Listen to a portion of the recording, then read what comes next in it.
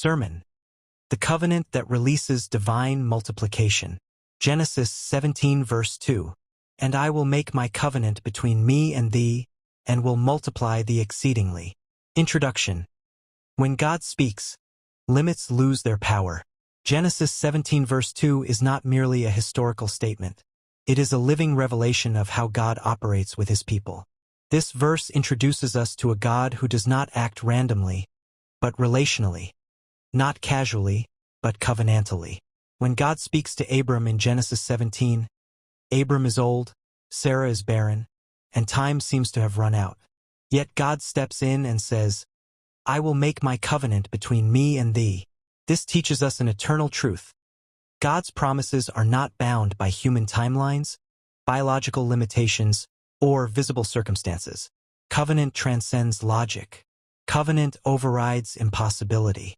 Covenant guarantees fulfillment. Understanding the power of covenant. A covenant in biblical terms is not a contract between equals. It is a divine commitment initiated by God himself. God does not negotiate, he declares. He does not speculate, he establishes. When God says, I will make my covenant, he is saying, I will bind myself to you. I will take responsibility for the outcome. I will stand behind my word. Abram did not earn the covenant by perfection. He was chosen by grace. This reminds us today that God's covenant is not based on your performance, but on his faithfulness. Covenant is the reason Abram's story does not end in Genesis 16 with failure, frustration, and Ishmael.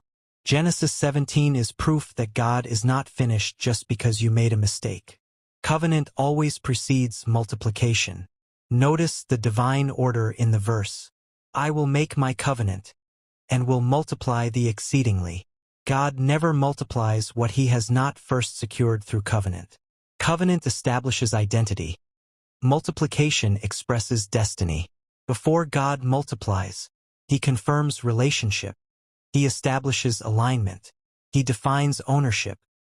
This is why some people pursue increase without intimacy and end up exhausted. True multiplication flows from covenant connection, not from striving. Abram could not multiply himself, but God could multiply Abram. And God can multiply you beyond what human effort could ever achieve. Exceedingly, God's language of increase. God does not say, I will help you survive. He does not say, I will give you just enough. He says, I will multiply thee exceedingly. The word exceedingly reveals God's nature. Beyond expectation, beyond